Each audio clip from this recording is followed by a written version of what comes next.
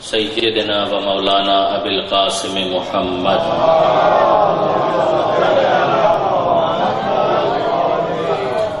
و اہل بیتہ الطیبین الطاہرین المعصومین المظلومین المنتجبین المنتخبین المیامین لا سیما علی الامام المنتظر والحجۃ الثانی عشر واللعنۃ الدائمۃ الباقیۃ علی اعدائہم اجمعین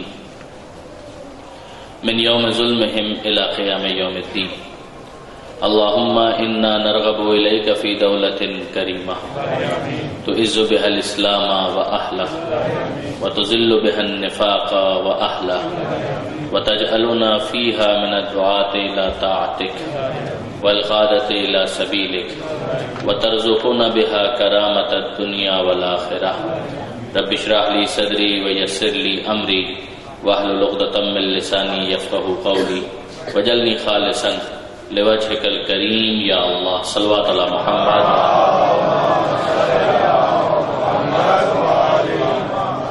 اما بعد فقد قال اللہ سبحانہ وتعالی فی القرآن الحکیم بسم اللہ الرحمن الرحیم قل فللہ الحجۃ البالغہ ولو شاء لہداکم اجمعین صلوات علی محمد وعلی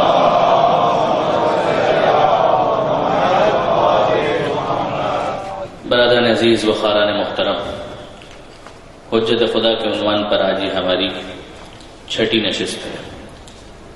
ارشاد پروردگار ہے اور مسلسل آپ اسے سماعت فرما رہے ہیں۔ سورہ مبارکہ انعام کی 149ویں آیت کہ جس میں ارشاد ہوتا ہے کہ قل اے حبیب ان سے کہہ دیجئے فللہ الحجۃ البالغہ کہ اللہ ہی کے لیے حجت بالغہ ہے، فلو شاء اور اگر اللہ چاہتا تو ویسے ہی سب کی ہدایت کر دیتا، مگر ظاہر ہے کہ صورت میں امتیاز نمایاں نہ ہو پاتا۔ وہ افراد کے جو اس حجت کے آنے کے بعد اسے قبول کر کے اپنی آخرت سنوارنا چاہتے ہیں، جو کامیاب ہونے والے ہیں، وہ ناکام افراد کے مقابلے میں ممتاز ہو کر سامنے نہ آ پاتے۔ لہذا پروردگار عالم کا طریقہ کار اس دنیا کے اندر انسانوں کے حوالے سے یہ قطعاً نہیں ہے کہ وہ انہیں بائی فورس، زبردستی، جبر و اکراہ کے ساتھ ہدایت قبول کرنے پر پابند کرے، بلکہ پروردگار عالم کا طریقہ کار یہ ہے کہ قد تبین الرشد من الغی کہ ہدایت گمراہی سے واضح طور پر نمایاں ہو کر سامنے آ چکی ہے کہ ہدایت کیا ہے، گمراہی کیا ہے۔ پروردگار عالم کا اعلان ہے کہ من شاء فلیؤمن، جو چاہے وہ مومن بنے، من شاء فلیکفر، اور جو چاہے وہ کفر اختیار کر لے۔ اس لیے کہ امتحان کی نوعیت اور اس کی اسپرٹ ہی یہ ہوتی ہے کہ جب تک امتحان چل رہا ہو بہرحال ایک محدود اختیار اس شخص کو دیا جائے جو اس امتحان میں اپیئر ہو رہا ہے۔ برادران عزیز، اس دنیا کے اندر پروردگار عالم نے، آپ قرآن مجید اٹھا کر دیکھ لیجئے، آپ نہج البلاغہ کھولیے اور اس کو پڑھتے چلے جائیے، آپ صحیفہ سجادیہ کی دعاؤں کے اوپر غور و فکر کریں، آپ اصول کافی ہماری احادیث کا مجموعہ اٹھائیے اور پڑھتے چلے جائیے، کوئی بھی جو لٹریچر دینی اعتبار سے ہم تک پہنچا ہے آل محمد کے ذریعے سے، اس کا آپ مطالعہ کیجیے۔ ایک طالب علم کی حیثیت سے میں نے بھی کچھ ورکردانی کی ہے۔ میں آپ کو اطمینان کے ساتھ کہتا ہوں کہ پروردگار عالم نے لگی لپٹی نہیں رکھی، کہیں پر اس چیز کو کنفیوز نہیں کیا گیا کہ تم دنیا میں عیش کرنے کے لیے آئے ہو۔ پروردگار عالم نے کہیں نہیں کہا۔ پروردگار عالم نے ہمیشہ اسی بات کو واضح کیا ہے کہ دنیا امتحان کی جگہ ہے جہاں پر تمہارا امتحان لیا جائے گا۔ اب آپ غور فرمائیے کہ کیس کیا ہوتا ہے، ایشو کیا ہے کہ اگر آپ کسی کو دیکھیں کہ وہ بیمار ہے تو اب وہ پروردگار عالم سے شکوہ اور شکایت شروع کر دیتا ہے کہ میں کیوں بیمار ہوا۔ اگر کوئی غریب ہے، اگر اس کے پاس دولت کی کمی ہے تو وہ خدا سے شکوہ کرنے لگتا ہے کہ میرا کیا قصور تھا کہ مجھے پیسے کم ملے، میں کیوں غریب ہوں اس دنیا کے اندر۔ اگر کسی کے یہاں اولاد نہیں ہے تو وہ خدا سے شکایت کرتا ہے کہ مجھے اولاد کیوں نہیں ملی۔ آپ مجھے ایک بات بتائیے، میں اپنے نوجوان دوستوں کو خاص مخاطب کر رہا ہوں کہ یہ مجھے بتائیے کہ پروردگار عالم نے کب یہ کہا، تم قرآن کے اندر احادیث میں معصومین نے کب یہ کہا کہ دنیا میں تمہیں عیاشی کے لیے بھیجا گیا ہے؟ پروردگار عالم نے یہ نہیں کہا۔ ہمیشہ یہی بات کی گئی ہے کہ دنیا میں تمہیں امتحان کے لیے بھیجا گیا ہے۔ امتحان کی نوعیت مختلف ہو سکتی ہے، لیکن امتحان ہوگا یہ اپنی جگہ پر اسٹیبلشڈ ہے، یہ اپنی جگہ پر طے ہے۔ آپ قرآن مجید کو دیکھیے، بہت مشہور آیت جو عاشورہ کے دن بھی بہت پڑھی جاتی ہے، لَنَبْلُوَنَّكُمْ بِشَيْءٍ مِّنَ الْخَوْفِ وَالْجُوعِ وَنَقْصٍ مِّنَ الْأَمْوَالِ وَالْأَنفُسِ وَالثَّمَرَاتِ۔ اس چیز کو کنفیوز نہیں کیا گیا کہ تم دنیا میں عیش کرنے کے لیے آئے ہو، پروردگار عالم نے کہیں نہیں کہا۔ پروردگار عالم نے ہمیشہ اسی بات کو واضح کیا ہے کہ دنیا امتحان کی جگہ ہے جہاں پر تمہارا امتحان لیا جائے گا۔ اب آپ غور فرمائیے کہ کیس کیا ہوتا ہے، ایشو کیا ہے کہ اگر آپ کسی کو دیکھیں کہ وہ بیمار ہے تو اب وہ پروردگار عالم سے شکوہ اور شکایت شروع کر دیتا ہے کہ میں کیوں بیمار ہوا۔ اگر کوئی غریب ہے، اگر اس کے پاس دولت کی کمی ہے تو وہ خدا سے شکوہ کرنے لگتا ہے کہ میرا کیا قصور تھا کہ مجھے پیسے کم ملے، میں کیوں غریب ہوں اس دنیا کے اندر۔ اگر کسی کے یہاں اولاد نہیں ہے تو وہ خدا سے شکایت کرتا ہے کہ مجھے اولاد کیوں نہیں ملی۔ آپ مجھے ایک بات بتائیے، میں اپنے نوجوان دوستوں کو خاص مخاطب کر رہا ہوں کہ یہ مجھے بتائیے کہ پروردگار عالم نے کب یہ کہا، تم قرآن کے اندر احادیث میں معصومین نے کب یہ کہا کہ دنیا میں تمہیں عیاشی کے لیے بھیجا گیا ہے؟ پروردگار عالم نے یہ نہیں کہا، ہمیشہ یہی بات کی گئی ہے کہ دنیا میں تمہیں امتحان کے لیے بھیجا گیا ہے۔ امتحان کی نوعیت مختلف ہو سکتی ہے، لیکن امتحان ہوگا یہ اپنی جگہ پر اسٹیبلشڈ ہے، یہ اپنی جگہ پر طے ہے۔ آپ قرآن مجید کو دیکھیے، بہت مشہور آیت جو عاشورہ کے دن بھی بہت پڑھی جاتی ہے، لَنَبْلُوَنَّكُمْ بِشَيْءٍ مِّنَ الْخَوْفِ وَالْجُوعِ وَنَقْصٍ مِّنَ الْأَمْوَالِ وَالْأَنفُسِ وَالثَّمَرَاتِ۔ یہ وہ آیت ہے کہ جس کے اختتام پر وہ مشہور جملہ اِنَّا لِلَّهِ وَإِنَّا إِلَيْهِ رَاجِعُونَ، مگر اس کا آغاز کہاں سے ہو رہا ہے؟ ارشاد ہوتا ہے لَنَبْلُوَنَّكُمْ، ہم تو یقیناً فار شور، سرٹینلی، لازمی طور پر یہ ہوگا۔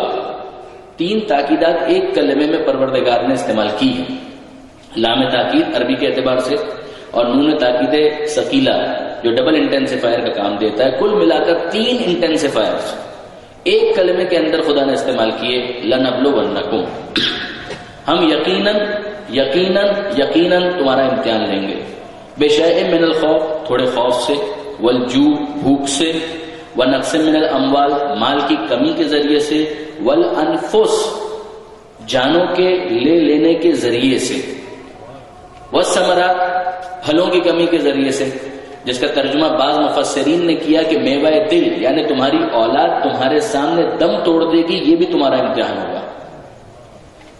پروردگار عالم کہاں اس چیز کو کہیں پر کنفیوز کرنا چاہتا ہے کہ تم یہ سمجھو کہ دنیا میں تمہیں اس لیے بھیجا گیا ہے کہ یہاں پر بس عیش کرتے رہو، مزے کرتے رہو، نہیں۔ پروردگار عالم تو یہی کہہ رہا ہے کہ یہاں تمہیں ہم نے امتحان کے لیے بھیجا ہے، ہم تو تمہارا یقیناً امتحان لیں گے، خوف سے بھی لیں گے، بھوک سے بھی لیں گے، مال کی کمی کے ذریعے، جانوں کے تلف ہو جانے کے ذریعے سے امتحان تو ہوگا۔ وَبَشِّرِ الصَّابِرِينَ، اے حبیب بشارت اور خوشخبری ان صبر کرنے والوں کو دے دیجئے، الذین اذا اصابتہم مصیبہ، کہ جب ان پر کوئی مصیبت آتی ہے، قالو، تو وہ کہتے ہیں انا للہ وانا الیہ راجعون۔ ابھی تو ایک نعمت گئی ہے، ہم تو خود اللہ کے لیے ہیں اور اللہ ہی کی بارگاہ میں ہمیں پلٹ کر جانا ہے۔ یہ کیا تسلیم و رضا کی منزل ہے کہ جہاں پر ایک انسان گویا اس بات کا اعلان کر رہا ہے کہ اے پروردگار میں تو منتظر ہوں کہ مجھے کب کال آتی ہے، مال چلا گیا یہ تو کچھ بھی نہیں ہوا، اگر اولاد چلی گئی یہ تو کچھ بھی نہیں ہوا، اے پروردگار اگر کچھ پیسوں میں کمی آ گئی یہ تو کچھ بھی نہیں ہوا، میں تو اپنے وجود کے بارے میں تیری کال کا انتظار کر رہا ہوں کہ تو کب مجھے پکارتا ہے۔ اور جب یہ اسپرٹ ہوتی ہے، آپ غور فرمائیے برادران عزیز، یعنی سب سے پہلے یہ جملہ انا للہ و انا الیہ راجعون، یہ جملہ سب سے پہلے کس نے کہا؟ یعنی خود پروردگار عالم یہ کہہ رہا ہے کہ بشارت ان صبر کرنے والوں کے لیے ہے کہ جب مصیبت آتی ہے تو مصیبت کو وہ فیل کرتے ہیں کہ یہ ہے مصیبت، مگر اس مصیبت کو خندہ پیشانی سے اس طرح سے ایکسپٹ کرتے ہیں کہ ان کی زبان پر بے اختیار آ جاتا ہے۔ تو وہ کون ہے کہ جس کی زبان پر پہلی مرتبہ یہ جملہ آیا تھا؟ اور اگر آپ تاریخ کے اندر اٹھا کر دیکھیں تو آپ کو ملے گا کہ یا جناب جعفر طیار کی شہادت پر یا جناب حمزہ کی شہادت پر پہلی مرتبہ یہ جملہ مولا کائنات علی ابن ابی طالب کی زبان پر آیا ہے۔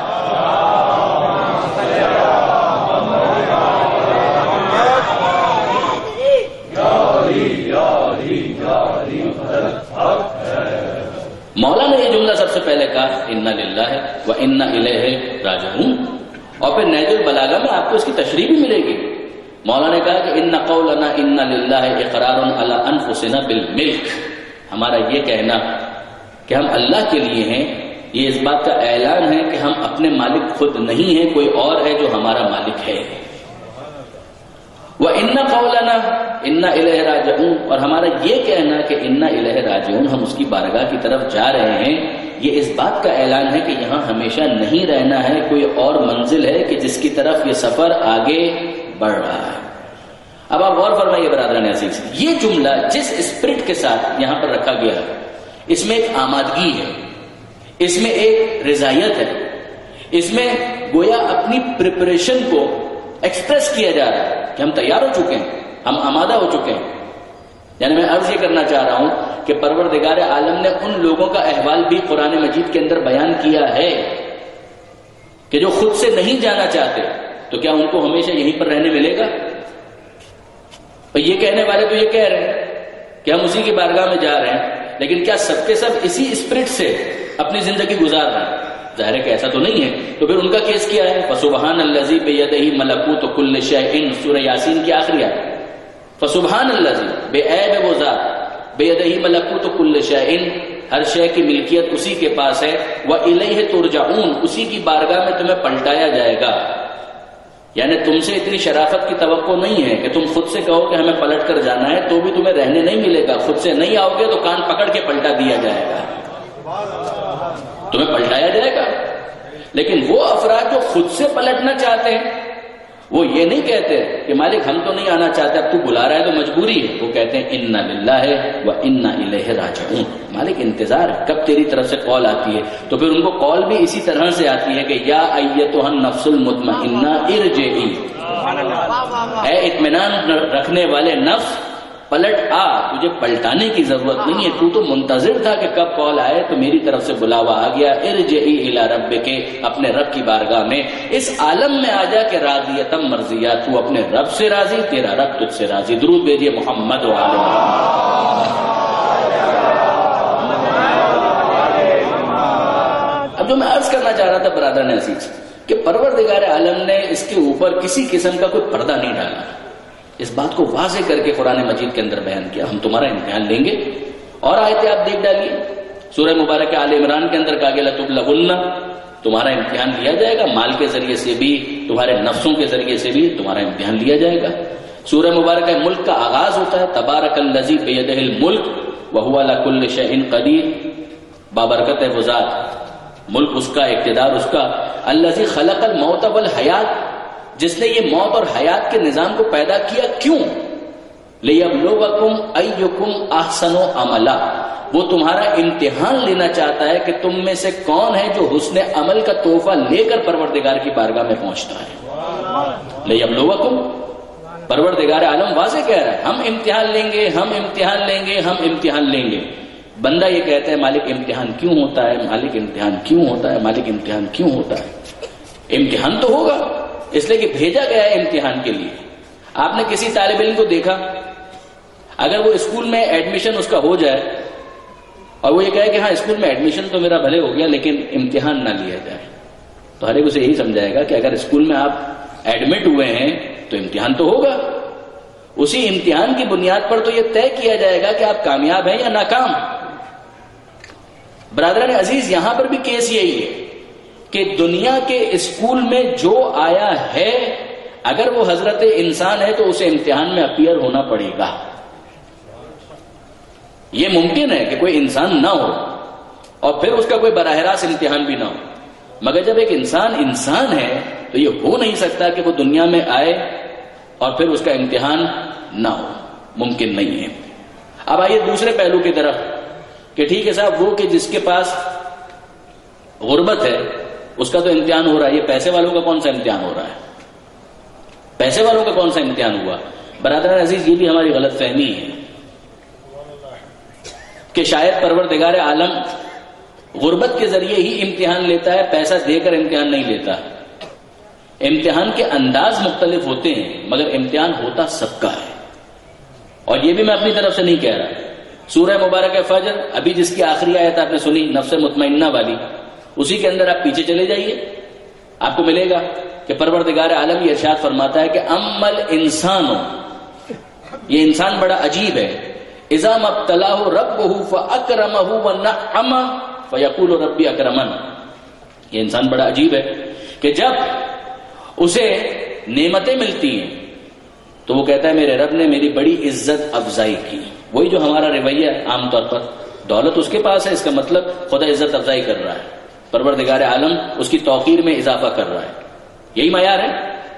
فاکرمہ ونعمہ فیقول ربی اکرمن، وہ کہتا ہے کہ ہاں واقعی دولت پر دولت آ رہی ہے، پیسے پر پیسہ آ رہا ہے، کاروبار کلک کر رہا ہے، ادھر انویسٹ کرتا ہوں یہاں پر منافع ہوتا ہے، ادھر انویسٹ کرتا ہوں وہاں پر منافع ہوتا ہے، مال بہت آ رہا ہے، میرے رب نے میری بڑی عزت افزائی کی. پروردگار عالم کہتا ہے کہ ان کا اسٹیٹمنٹ یہ ہوتا ہے وَأَمَّا إِذَا مَا ابْتَلَاهُ فَقَدَرَ عَلَيْهِ الرِّزْقَ فَيَقُولُ رَبِّي أَهَانَنِ. اور جہاں معاملہ الٹا ہو گیا کہ اگر پیسہ آنا رک گیا تو اس نے فوراً کہا ربی اہانن، کہ میرے پروردگار نے میری توہین کر دی، میرے خدا نے میری انسلٹ کر دی. اب آپ غور فرمائیے، پروردگار عالم دونوں آیتوں کے اندر ایک لفظ استعمال کرتا ہے مبتلاہ. اصل میں غلط فہمی تمہاری تھی، نہ وہ پیسہ دینا تمہاری عزت افزائی تھی، نہ یہ پیسہ روکنا تمہاری توہین ہے. اس موقع پر دولت دے کر تمہارا امتحان لیا تھا، یہاں دولت روک کر تمہارا امتحان لیا.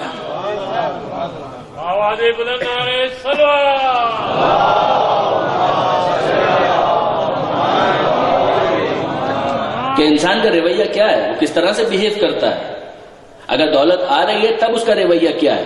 پروردگار نے شکایت کی ہے کلا بل لا تکرمون الیتیم. کیس یہ ہے کہ تمہارے پاس جب دولت آتی ہے تو تم یتیم کا اکرام تو نہیں کرتے، جب تمہارے پاس پیسہ آتا ہے تو تم غربا پر خرچ تو نہیں کرتے. فقراء تمہاری بلا سے کہیں پر بھی چلے جائیں، ان کی زندگی کیسے ہی گزر رہی ہو، تو تم نے جب خدا کا نمائندہ بننا قبول نہیں کیا تو پھر کون سی عزت اور کیسی عزت.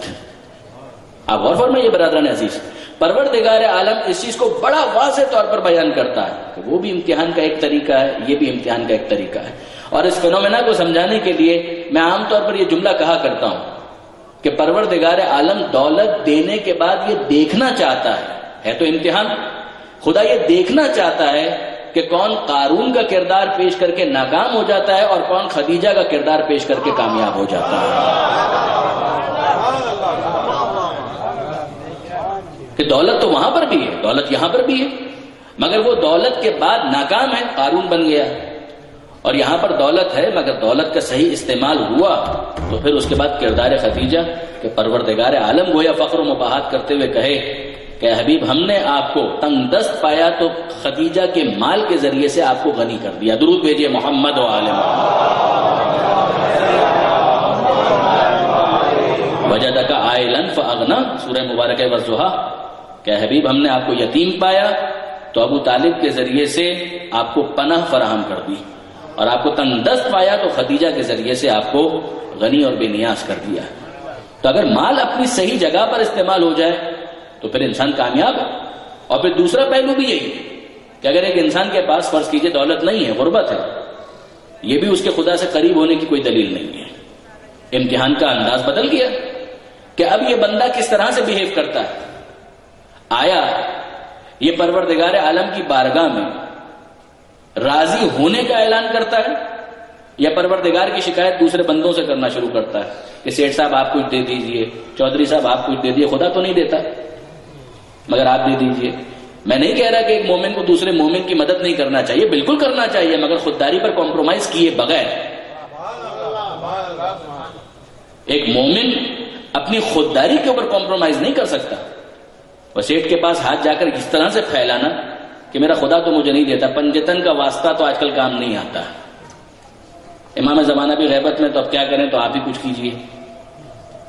ایک وہ انداز ہوتا ہے کہ جہاں پر انسان اپنی عزت پر کمپرومائز کیے بغیر ایک مومن سے اس طرح سے تذکرہ کرے کہ واقعاً اس کی عزت باقی بھی رہے، اور دوسرا مومن بھی جب اس کی مدد کرے تو وہ اس کی عزت نفس کا خیال رکھے. یہ ایک الگ انداز ہے، وہ ایک الگ انداز ہے. اگر کسی کے یہاں اولاد نہیں ہو رہی ہے، امتحان ہے، بے شک امتحان ہے، مگر اگر اولاد ہو گئی تو کیا امتحان ختم ہو گیا؟ جی نہیں، بس پرچہ بدل گیا ہے. امتحان بدل گیا ہے.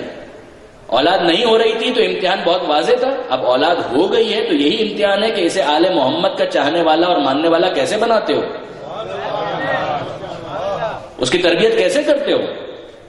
اگر انسان اس کی تربیت سے غافل ہو جائے تو اولاد کی نعمت تو آ گئی، مگر تربیت نہ کر کے انسان کفران نعمت کا مرتکب ہو رہا ہے. بس امتحان کے انداز بدلتے ہیں برادران عزیز. دولت نہیں ہے تو امتحان الگ انداز کا ہے، دولت ہے تو امتحان الگ انداز کا ہے. اولاد نہیں ہے تو امتحان الگ انداز کا ہے، اولاد ہے تو امتحان الگ انداز کا ہے. اس دنیا کے اندر کوئی ایسا نہیں ہے کہ جس کا امتحان نہ ہو رہا ہو. بس اب پرائرٹیز کو سمجھنا ہے، ترجیحات کو سمجھنا ہے کہ پرائرٹیز کیا ہیں، ترجیحات کیا ہونی چاہیے. سنیے امیر المومنین کیا کہتے ہیں. مولا نہج البلاغہ میں ارشاد فرماتے ہیں، درود بھیجے گا محمد و آل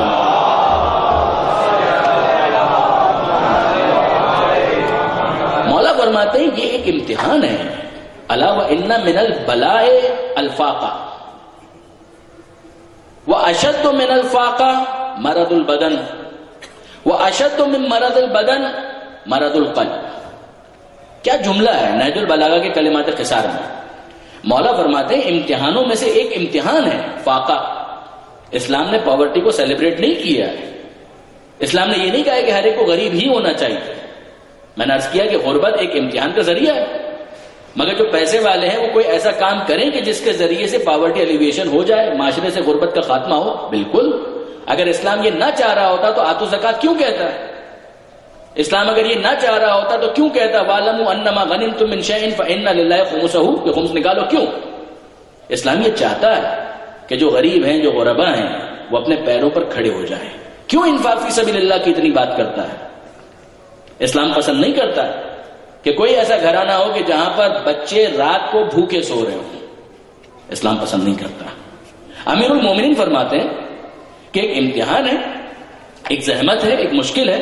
علاوہ ان من البلاء الفاقہ، امتحانوں میں سے ایک امتحان ہے فاقہ. واشد من الفاقہ مرض البدن، مگر یاد رکھو کہ فاقہ، غربت یہ اتنا بڑا مسئلہ نہیں ہے، اس سے بڑا مسئلہ ہے تمہارے جسم کا بیمار ہو جانا. اگر ایک انسان ہے، اس کے پاس دنیا جہان کی دولت موجود ہے. دیکھیے کبھی کبھی انسان کفران نعمت پر آمادہ ہوتا ہے تو ایسے جملے بھی آپ کو نظر آئیں گے. کیسے؟ کہ ساری بیماریاں مجھے ہو جائیں، بس پیسہ آنا چاہیے. نعوذ باللہ من ذالک. آپ کو کبھی کبھی اس طرح سے مذاق کرتے ہوئے دوست نظر آئیں گے. ایک کہہ رہے کہ یہ بیماری ہو جائے، وہ بیماری ہو جائے، کوئی مسئلہ نہیں، بس پیسہ ہونا چاہیے. مولا فرماتے رانگ. یاد رکھو کہ امتحانوں میں سے ایک امتحان، پریشانیوں میں سے ایک پریشانی، کوئی شک نہیں ہے کہ فاقہ، غربت یہ ایک پریشانی ہے، ایک امتحان ہے. مگر اس سے بڑی پریشانی ہے مرض البدن، کہ تمہارے جسم کا بیمار ہو جانا. یہ اس سے بڑی پریشانی ہے. میں آپ کے سامنے ایک مثال رکھوں برادران عزیز. مجھے فقط اتنا بتائیے کون بہتر ہے، وہ پیسے والا کہ جو محل کے اندر ایئر کنڈیشن کمرے میں نرم بستر پر کروٹیں بدل رہا ہے اور جب تک مٹھی بھر کر گولیاں نہ کھائے اسے چند گھنٹوں کی نیند نہیں ملتی، یا وہ مزدور جو دن بھر مزدوری کرنے کے بعد فٹ پاتھ پر چین کی نیند سوتا ہے؟ دیکھنے کا انداز مختلف ہے. مگر آپ انصاف سے دیکھیے کہ وہ شخص کے جس کے پاس صحت موجود ہے، ممکن ہے کہ وہ آپ کو ظاہری طور پر نظر آئے کہ اس کے پاس مال کم ہے، مگر مولا کی تعبیر یہ ہے کہ فاقے کے مقابلے میں زیادہ بڑا مسئلہ ہے جسم کا بیمار ہو جانا. مولا فرماتے ہیں اور پھر فرماتے ہیں کہ اس سے بڑی مشکل، یہ تمہارے جسم کی بیماری یہ فاقے سے بڑی مشکل ہے، مگر اس سے بڑی مشکل مرض القلب، یہ تمہاری روح اور تمہارے دل کا بیمار ہو جانا، یہ اس سے بھی بڑا مسئلہ ہے، یہ اس سے بھی بڑا پرابلم ہے. اور مولا نے دوسرے انداز سے بھی بیان کیا، الا وان من النعم، نعمتوں میں سے ایک نعمت ہے سعۃ المال، کہ تمہارے پاس مال کی وسعت ہو، تمہارے پاس دولت ہو. مگر اس سے بڑی نعمت ہے تمہارے جسم کا صحت مند ہونا، اور اس سے بڑی نعمت ہے تمہارے دل اور تمہاری روح کا صحت مند ہونا. مولا فرماتے ہیں کہ اپنی پرائرٹی لسٹ کو تو درست کرو، تم اس کو تو صحیح کرو، اس کو تو کریکٹ کرو. تمہیں یہ نظر آ رہا ہے کہ دیکھو وہ کتنا خوش قسمت ہے، بیمار ہوا تو ڈائلسس کرانے کے لیے اس کے پاس پیسے موجود تھے، مگر تم یہ تو سوچو کہ لاکھوں کا خرچہ کرنے کے بعد وہ ڈائلیسس کروا رہا ہے، پروردگار نے تمہیں صحت مند گردے دیے ہیں، تو خدا کو اس طرح سے تو خدا کا شکر ادا کرو کہ اے پروردگار، صحت مند گردے دے کر تو نے مجھے پہلے ہی لکھ پتی اور کروڑ پتی بنا دیا۔ درود بھیجیے محمد و آل محمد پر۔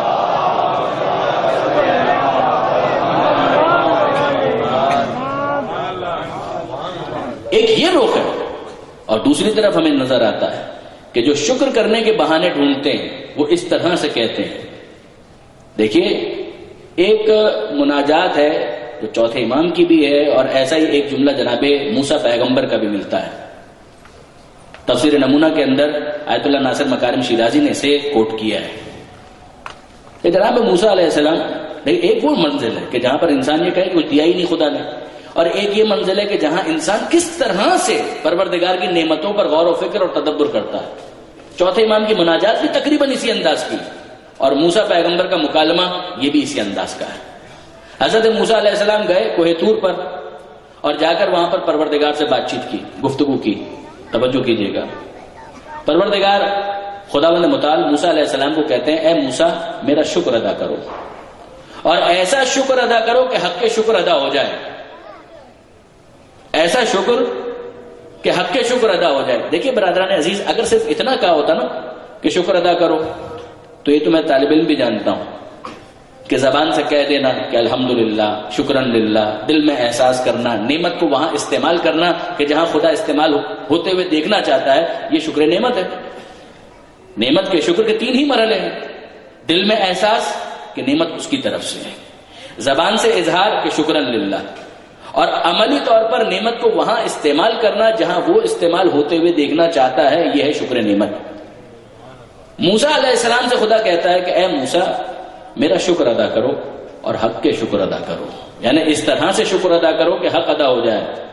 توجہ کیجیے گا، جب موسیٰ علیہ السلام سے یہ کہا پروردگار نے، تو اس موقع پر موسیٰ علیہ السلام کچھ دیر کے لیے سوچتے رہے، اور پھر کہتے ہیں اے پروردگار، حق کے شکر ادا نہیں ہو سکتا۔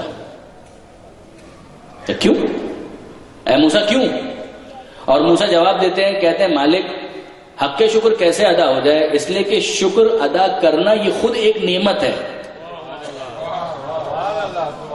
شکر نعمت کا ادا کیا جاتا ہے، اور ادائیگی شکر کی توفیق یہ خود ایک نعمت ہے۔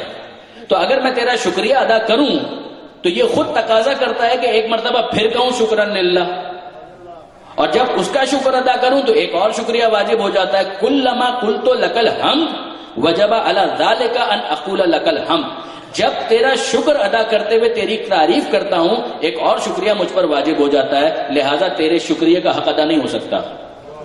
صحیح بات ہے؟ موسیٰ نے یہ کہا اور رک گئے۔ اب خدا نے جواب دیا، اے موسیٰ حق کے شکر ادا ہو گیا، حق کے شکر ادا ہو گیا۔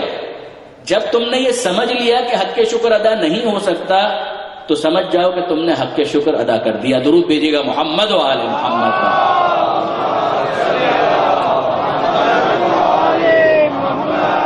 اب برادران عزیز، یہ معاملہ ایسا ہی ہے کہ ایک انسان کا اعتراف عاجزی ہے، اور دوسری طرف پروردگار عالم کی قدردانی ہے۔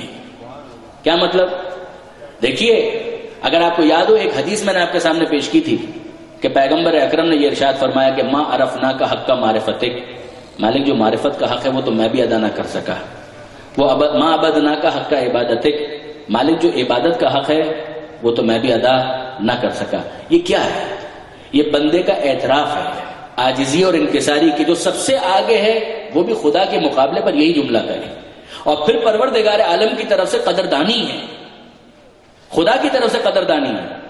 میں آپ کو ایک مثال دوں، انشاءاللہ کہ جب امام زمانہ عجل اللہ تعالی فرجہ الشریف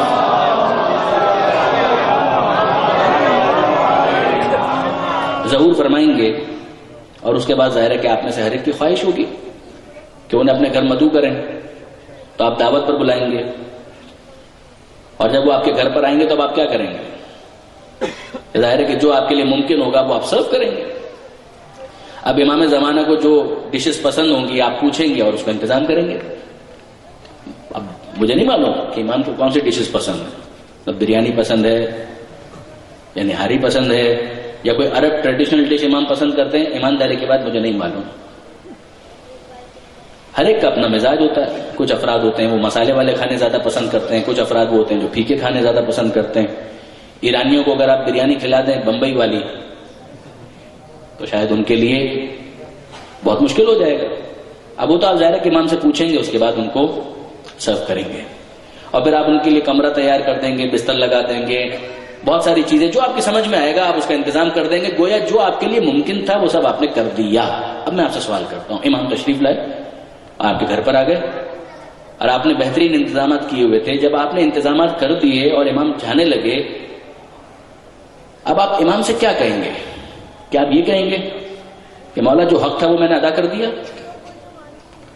یقین جانیے کہ آپ کوئی کوتاہی نہیں کریں گے، آپ بھرپور کوشش کریں گے، مگر بھرپور کوشش کرنے کے باوجود آخر میں آپ کا جملہ کیا ہوگا؟ آپ کا جملہ یہی ہوگا کہ یہ تو وہ کوشش تھی جو میں نے کی، مگر جو حق تھا وہ کہاں ادا ہو سکتا ہے؟ وہ کہاں ادا ہو سکتا ہے؟ حق ادا نہ ہو سکا. اور اب امام کی طرف سے جملہ آپ کیا اینٹیسپیٹ کرتے ہیں؟ امام کیا کہیں گے؟ ظاہر ہے کہ جب آپ اعتراف عاجزی کریں گے تو امام کی طرف سے جملہ یہی ہوگا کہ نہیں تم نے حق ادا کر دیا. بالکل یہی معاملہ ہے کہ حبیب خدا کہتے ہیں کہ میں عبادت کا حق ادا نہ کر سکا، اور خدا کی طرف سے آتا ہے یا ایھا المزمل قم اللیل الا قلیلا، رات کو عبادت کے لیے کھڑے ہوا کرو مگر تھوڑا آرام بھی کر لیا کرو. اتنی عبادت اتنی زحمت میں اپنے آپ کو ڈالنے کی ضرورت نہیں ہے. درود بھیجیے محمد و آل محمد.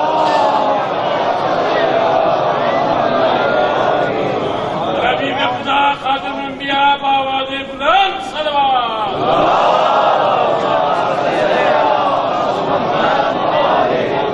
اب آئیے برادران عزیز اپنی گفتگو کو میں متصل کروں.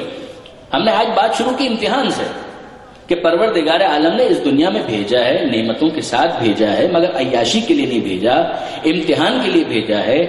ان نعمتوں کو ہم کیسے یوز کرتے ہیں یہی امتحان ہے، اور ان نعمتوں پر کتنا شکر ادا کرتے ہیں یہ بھی امتحان کا ایک انداز ہے. اگر ہم نے یہ سمجھا ہے کہ ہم عیاشی کے لیے آئے ہیں، وی آر رانگ. ہم غلط فہمی کا شکار ہیں. عیش کرنے کی جگہ جنت ہے، عیش کرنے کی جگہ، مزے لینے کی جگہ وہ پیراڈائز، وہ جنت، وہ تو بعد میں ہے. اس دنیا کے اندر پروردگار عالم نے، میں نہیں کہتا کہ خدا بند متعال نے کوئی مزہ نہیں رکھا، رکھے ہیں، مزے بھی ہیں، پلیجر بھی ہے، لذتیں بھی ہیں، مگر وہ تو درمیان میں ہمیں فریش کرنے کے لیے پروردگار عالم نے رکھی ہے. یعنی میں کیا عرض کرنا چاہ رہا ہوں، اگر میرے نوجوان دوست ہو سکے تو میری اس مثال کے اوپر بہت توجہ کریں. میں آپ کو اپنا واقعہ سناتا ہوں. بچپن میں کھارادر کے محلے میں ہمارا بچپن گزرا، اور وہاں پر بہت سارے ادارے کام کرتے تھے، آج بھی کر رہے ہوں گے. انجمن خدام القرآن میں کبھی نہیں بھولتا، بہت سارے ادارے، ان میں سے ایک انجمن خدام القرآن. اچھا، اب انجمن خدام القرآن میں ماہ رمضان کے اندر خاص طور پر امتحان ہوا کرتا تھا دینیات کا. 14 ستارے علامہ نجم الحسن قراروی صاحب، وہ عام طور پر ان کا کورس ہوتا تھا، 2-3 معصومین کی سیرت انہوں نے پک کر لی کہ اس کو بچے اسٹڈی کر کے آئیں گے، امتحان ہوگا. توضیح المسائل آیت اللہ خوئی امام خمینی رحمۃ اللہ علیہ کہ یہ چیپٹرز ہیں، ان کی تیاری کر کے آؤ، ان کا امتحان ہوگا. ٹھیک ہے. اب مجھے یاد ہے کہ ہم تیاری کر کے بیٹھ گئے وہاں پر جا کر امتحان دینے کے لیے. بہت سارے بچے بیٹھے ہوئے، اور وہاں پر ایک ہوا کرتے تھے بڑے شفیق بزرگ، اگر میں ان کا نام صحیح لے رہا ہوں، حاجی حسن علی کھانا والا. اب ظاہر ہے کہ ہمارے فوجوں میں یہ نام اسی طرح سے ہوتے ہیں، آخر میں کچھ نہ کچھ لاہے کا لگا ہوتا ہے، کھانڈ والا، کھانا والا، یہ والا، وہ والا. تو وہ حاجی حسن علی کھانا والا، میں ان کا چہرہ آج تک مجھے یاد ہے، اور ان کا حلیہ بھی، کہ سفید شلوار کرتا اور انہوں نے اوپر جنا کیپ لگائی ہوئی تھی. وہ بیٹھے ہوئے تھے، ہم لوگ امتحان دے رہے تھے، اور اس امتحان کے دوران اچانک انہوں نے کہا، معصوم ادھر آؤ.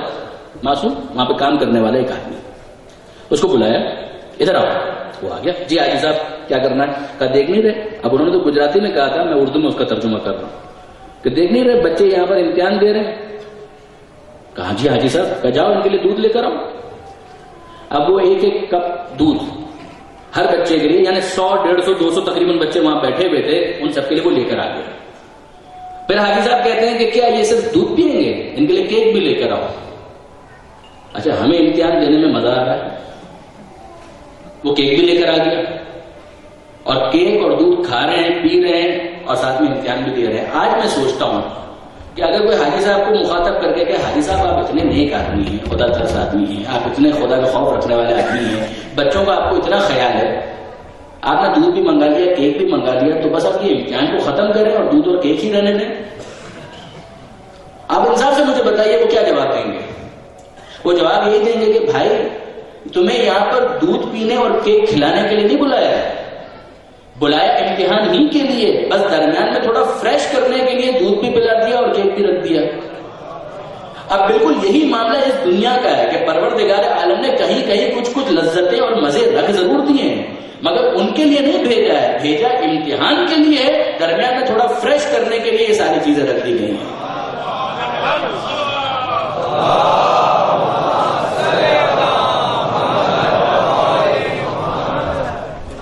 یہ پروردگار عالم نے ایک انتظام اس دنیا کے اندر رکھا، لیکن اصل جو ٹارگیٹ ہے، جو اصل مقصد ہے، وہ یہ امتحان نعمتیں ہیں، ان نعمتوں کو پراپرلی یوز کرو، شکر ادا کرو اور اپنے امتحان میں کامیاب ہوتے چلے جاؤ. یہ امتحان اسی لیے ہے، دیکھیے اگر اختیار نہ ہوتا جو کل کی بحث تھی تو امتحان ہو نہیں سکتا. آپ ایک بچے کو بٹھا دیجئے ایگزامینیشن ہال کے اندر اور اس کے ہاتھ پیر باندھ دیجئے اور اس کے بعد کیا لکھتے کیوں نہیں؟ یہ آنسر اسکرپٹ خالی کیوں ہے؟ تو آپ انصاف سے مجھے بتائیے اگر ہاتھ اس کے بندے ہوئے ہیں تو منہ میں جتنی گالیاں آئیں گی وہ تو دے گا.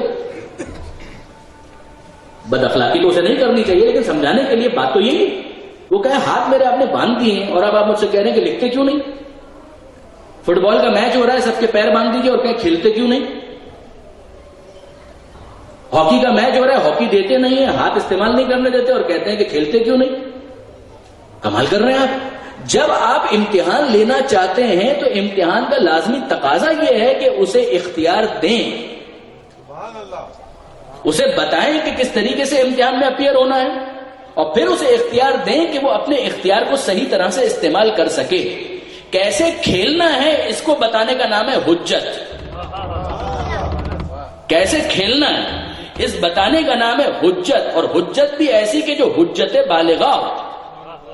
جب وہ سکھا دیا تو اب اس کو فری اسپیس دیجئے اور اس کے بعد اس کو موقع دیں کہ وہ کیسے کھیلتا ہے، وہ کیسے پلے کرتا ہے، وہ کیسے یوز کرتا ہے، وہ کیسے یوٹیلائز کرتا ہے. جیتنے والے ایک سے زیادہ بھی ہو سکتے ہیں، یہ عجیب معاملہ ہے. دنیا کے گیم کے اندر اگر 2 ٹیموں میں میچ ہو رہا ہے تو جیتے گا ایک، مگر پروردگار نے اتنی وسعت رکھی ہے کہ چاہیں تو سارے کے سارے انسان اس کھیل کے اندر جیت سکتے ہیں. درود بھیجئے محمد و آل محمد.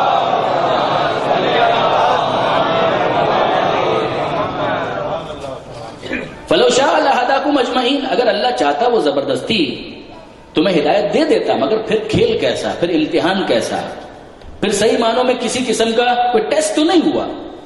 اس ٹیسٹ کے صحیح طرح سے ہونے کے لیے ضروری ہے کہ انسان کو اختیار دیا جائے.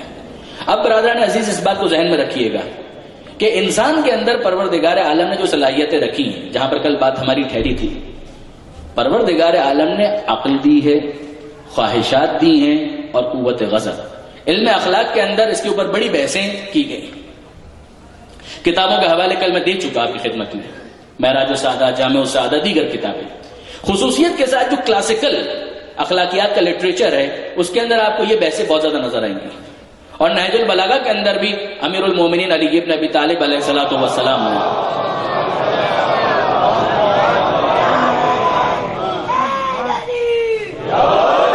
اس پر بہت بات کی.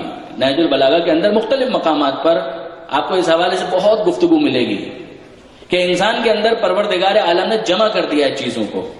کچھ چیزیں وہ تھیں کہ جو جانوروں سے مخصوص تھیں، کچھ چیزیں وہ تھیں کہ جو فرشتوں سے مخصوص تھیں. انسان وہ ہے کہ جس کے اندر پروردگار عالم نے ان سب کو جمع کر دیا. یعنی کیا مطلب؟ خواہشات، قوت غضب، غصہ، یہ جانوروں میں. بھوک شیر کو بھی لگتی ہے، اس کے پاس عقل نہیں ہے. غصہ جانوروں کو آتا ہے، کتا ایسے تو نہیں بھونکتا ہے،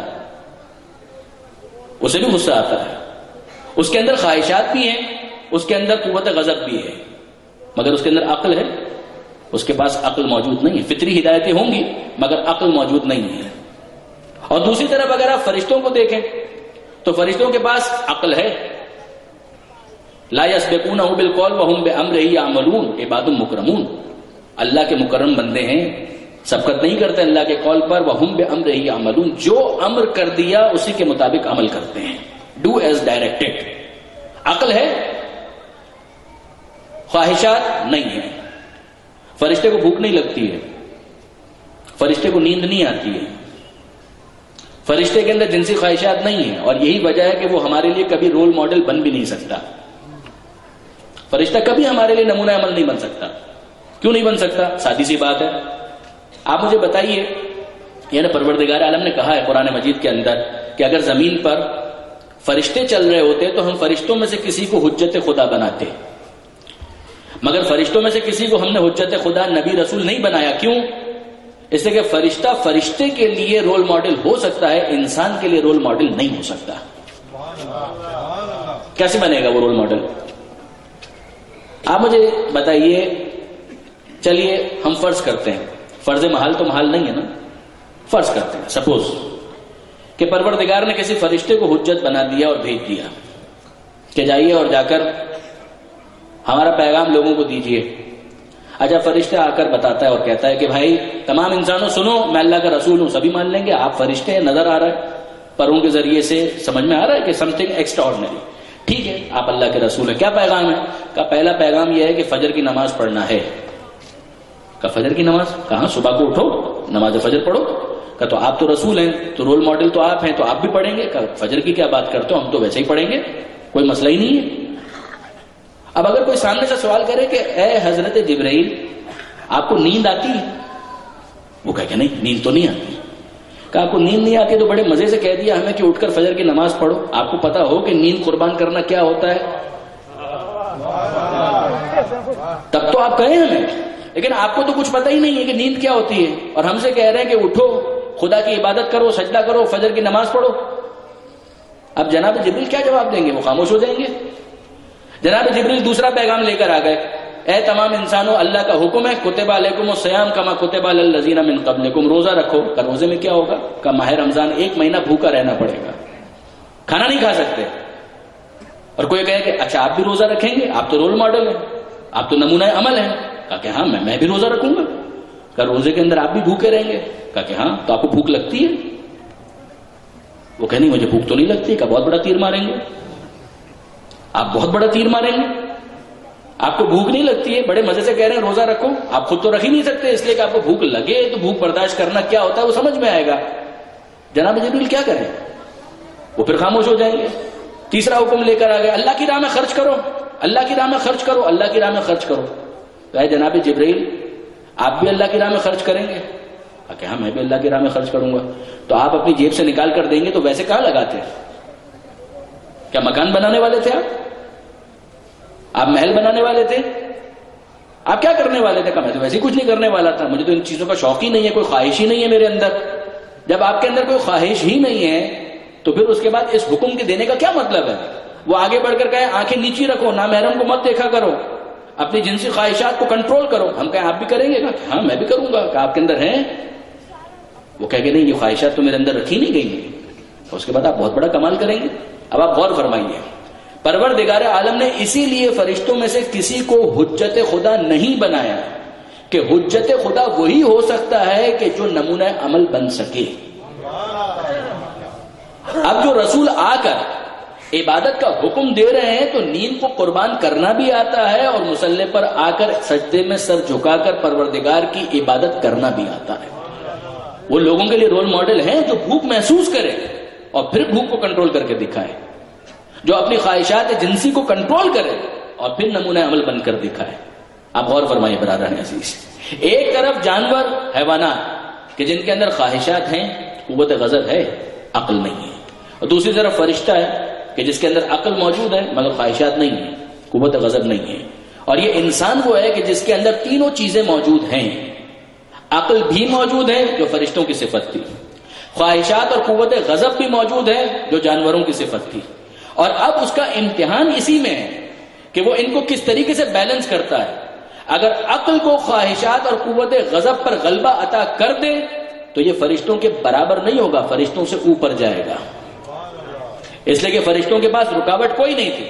لیکن اگر الٹا ہو گیا کہ خواہشات اور قوت غضب غالب آ گئی، عقل علم کے ساتھ نیچے چلی گئی، تو پھر اس کا نتیجہ یہ نہیں ہوگا کہ یہ جانوروں کے برابر ہوگا، بلکہ جانوروں سے نیچے جائے گا، اس لیے کہ جانوروں کے پاس صلاحیت ہی موجود نہیں تھی۔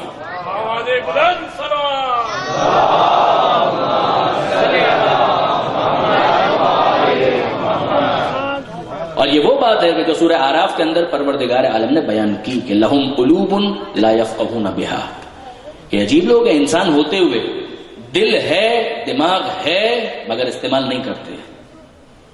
لہم اعین لا یبصرون بہا، آنکھیں ہیں مگر دیکھتے نہیں ہیں، یوں سب نظر آتا ہے اور جو دیکھنے کی چیز ہے وہی نہیں دیکھتے۔ لہم آذان لا یسمعون بہا، کان ہے مگر اسے استعمال نہیں کرتے۔ اولئک کالانعام، یہ جانوروں جیسے ہیں، چوپایوں جیسے ہیں، بل ہم اضل، بلکہ ان سے بھی گئے گزرے ہیں، ان سے بھی گئے گزرے ہیں، کہ جن کے دل عقل کے فیصلے کو قبول کرنے کے لیے تیار نہیں ہے۔ جہاں پر علم محض علم ہے، جہاں پر عقل کا فیصلہ فقط فیصلہ ہے، اس پر ایگزیکیوشن نہیں ہے، اسے عملی صورت نہیں دی جا رہی۔ اب برادران عزیز آئیے اس بات کی طرف کہ جب انسان اپنی عقل کے کیے گئے فیصلے کو جو علم کی روشنی میں ہو عملی صورت دینا چاہتا ہے تو اسے بہت زیادہ مدد ملتی ہے، کمک ملتی ہے حجت خدا کی محبت کے ذریعے۔ یعنی اب میں عرض کرنا چاہ رہا ہوں کہ یہ سارا معاملہ جو دل کا ہے اسی کو تو کنونس کرنا، جو مولا کہتے ہیں کہ تمہارے جسم کی بیماری سے بڑا مسئلہ تمہارے دل کی بیماری کا ہے، اور تمہارے دل اور روح کی صحت تمہارے جسم کی صحت سے زیادہ امپورٹنٹ ہے، وہ اس سے بڑی نعمت ہے۔ تو اس کے اندر کیا ڈالا جائے کہ یہ روح، یہ انسان کا دل، یہ اس کا نفس وہ صحت مند ہو جائے، کہ ایک بہت بڑا بوسٹر ہے حجت خدا کی محبت، بہت بڑا بوسٹر ہے حجت خدا کی محبت۔ اب پروردگار عالم اپنی محبت کی طرف متوجہ کرتا ہے، اپنے حبیب کی محبت کی طرف متوجہ کرتا ہے، انسان کی نگاہوں کو بلند کرنا چاہتا ہے، اس کے اندر وسعت پیدا کرنا چاہتا ہے۔ اب آپ غور فرمائیے، ان کنتم تحبون اللہ، اگر تم اللہ سے محبت کرتے ہو فاتبعونی یحببکم اللہ، پیغمبر ان سے کہہ دیجئے اگر تم اللہ سے محبت کرتے ہو تو میری اتباع کرو، میں اسی کی طرف سے آیا ہوں۔ یحببکم اللہ، اللہ تم سے محبت کرے گا۔ آپ غور فرمائیے، اللہ کی محبت، رسول کی محبت۔ کل میں آپ کے سامنے حدیث پڑھ چکا کہ خود پیغمبر کہتے ہیں لا یؤمن احدکم، تم میں سے کوئی ایک شخص بھی اس وقت تک مومن ہی نہیں ہو سکتا حتی اکون احب الیہ، جب تک میری محبت غالب نہ آ جائے من والدہ و ولدہ والناس اجمعین، باپ کی محبت نیچے رہ جائے، میری محبت غالب آ جائے، اولاد کی محبت پیچھے رہ جائے، میری محبت غالب آ جائے، دنیا میں کسی کی محبت اتنی نہ ہو کہ جتنی میری محبت تمہارے دل میں آ جائے۔ اور پھر پیغمبر اکرم حکم خدا کے ماتحت سورہ مبارکہ شورى میں یہ اعلان ہوتا ہے، جو آپ سب کے حافظے میں یہ آیت موجود ہے کہ قل لا اسألکم علیہ اجرا الا المودۃ فی القربى، اے حبیب ان سے کہہ دیجئے کہ میں کچھ نہیں چاہتا، اجر رسالت کے طور پر میں کچھ نہیں چاہتا، الا المودۃ فی القربى، بس میرے قرابت داروں سے، میرے اہل بیت سے محبت کرو۔ برادران اہل سنت کے پاس یہ احادیث موجود ہیں، جس کا حوالہ کبھی کبھی آپ ٹی وی وغیرہ پر سن بھی لیتے ہیں کہ لوگوں نے باقاعدہ سوال کیا کہ اللہ کے رسول بتائیے تو صحیح، یہ کون ہے کہ جن کی محبت کا حکم دیا جا رہا ہے؟ اور پیغمبر نے کہا فاطمہ، ان کے شوہر علی و ابناہما، اور ان کے دونوں بیٹے حسن اور حسین۔ یہ تو کہہ دیا۔ اس محبت کا فائدہ کیا ہوگا؟ دیکھیے پیغمبر اکرم نے مختلف موقعوں پر تعارف کروایا، آل محمد کی محبت کو انٹروڈیوس کیا ہے۔ ان اللہ، پیغمبر کی حدیث ہے، ان اللہ امرنی بحبہما، اللہ نے مجھے حکم دیا ہے بحبہما، حسن اور حسین سے محبت کرنے کا، وبحب من یحبہما، اور ان سے بھی محبت کا حکم دیا ہے جو ان دونوں سے محبت کرتے ہیں۔ نہیں برادران عزیز، آگے بڑھیے، یہ اتنا اصرار محبت پر کیوں ہے؟ کیوں ہے اتنا اصرار اس محبت پر؟ قرآن مجید کے بارے میں اس کی تفسیر کا ایک اصول ہے، یفسر بعضہ بعضا، قرآن کا ایک حصہ دوسرے حصے کی تفسیر کرتا ہے، یعنی بیان کرتا ہے، تشریح کرتا ہے، کشف نقاب کرتا ہے، واضح کرتا ہے۔ یفسر بعضہ بعضا، ایک حصہ دوسرے حصے کی تفسیر کرتا ہے۔ یہاں پر پروردگار عالم نے کہا سورہ مبارکہ شورى میں، اے حبیب کہہ دیجئے لا اسألکم علیہ اجرا الا المودۃ فی القربى، میں کوئی اجر نہیں چاہتا، صرف میرے قرابت داروں کی محبت مودت یہ اجر چاہتا ہوں بس، اور کچھ بھی نہیں۔ سورہ مبارکہ سبا 34واں سورہ ہے اور اس کی 47ویں آیت ہے، جس میں ارشاد ہوتا ہے قل، اے حبیب ان سے کہہ دیجئے ما سألتکم من اجر فہو لکم، اے حبیب ان سے کہیے جو میں نے اجر مانگا ہے وہ خود کے لیے نہیں مانگا ہے، فہو لکم، یہ تمہارے ہی فائدے کے لیے ہے۔ دیکھیے برادران عزیز، آپ نے مزدوری کی، تنخواہ ملی، جو نوٹ آپ کو ملیں گے وہ آپ کے فائدے کے لیے ہیں، یا جس نے ادا کیے اس کے فائدے کے لیے، ظاہر ہے کہ جس کو دیے گئے ہیں اس کے فائدے کے لیے۔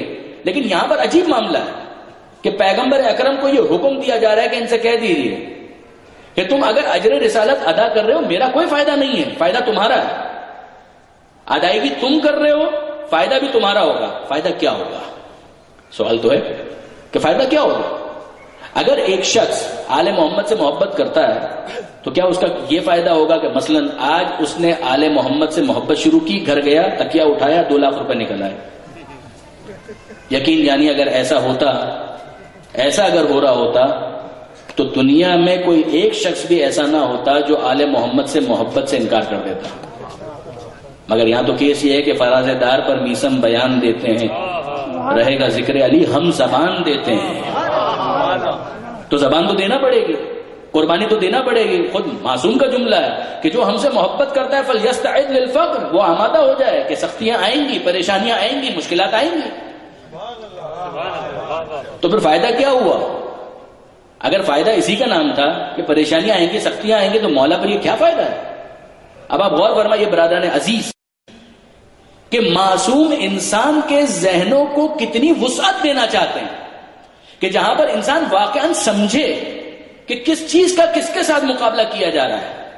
میں آپ کی خدمت میں عرض کروں، لکم، تمہارے فائدے کے لیے۔ ایک شخص آیا چھٹے امام جعفر صادق علیہ السلام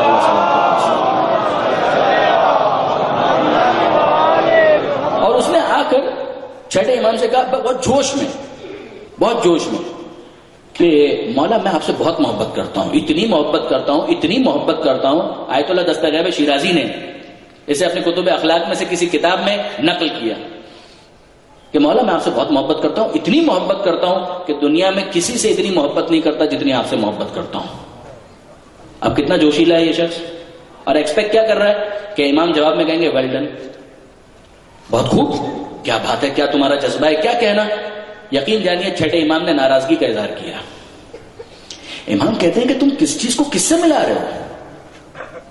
تم کہہ رہے ہو دنیا میں کسی سے اتنی محبت نہیں کرتا جتنی آپ سے کرتا ہوں، دنیا ہے کیا کہ اس کا مقابلہ ہماری محبت سے کیا جائے؟ دنیا کیا ہے کہ جس کا مقابلہ ہماری محبت سے کیا جائے؟ کہ میں امام فرماتے دنیا یا کچھ چیزیں ہیں کہ جن کو کھا لیا جاتا ہے، یا کچھ لباس ہے جس کو پہن لیا جاتا ہے، اس میں سے کون سی ایسی چیز ہے کہ جس کا مقابلہ ہماری محبت سے کیا جا سکتا ہے؟ تم پہچانو تو صحیح کہ آل محمد کی محبت ہے کیا؟ یہ تو وہ بوسٹر ہے کہ جس کے بعد انسان امتحان کے لیے آمادہ ہو جاتا ہے اور اس کے لیے کسی قسم کی رکاوٹ نہیں رہتی۔ ایک اور شخص آتا ہے چھٹے امام ہی کے پاس اور آ کر یہ کہتا ہے کہ مولا حالات بہت خراب ہیں، پریشانیاں ہیں، غربت ہے، فقر ہے، پریشانی، مشکلات۔ امام اسے کہتے ہیں، چھٹے امام ہی کی بات کر رہا ہوں، امام اسے کہتے ہیں کہ نہیں،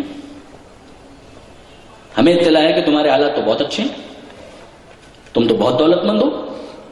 مولا اچھا، وہ بیچارہ امام کہہ رہے ہیں تو خود سوچنے لگا، اب آج کل کے زمانے میں پتہ نہیں کوئی ایسا بینک اکاؤنٹ تو نہیں ہے جس میں پیسے رکھے میں خود ہی بھول گیا ہوں،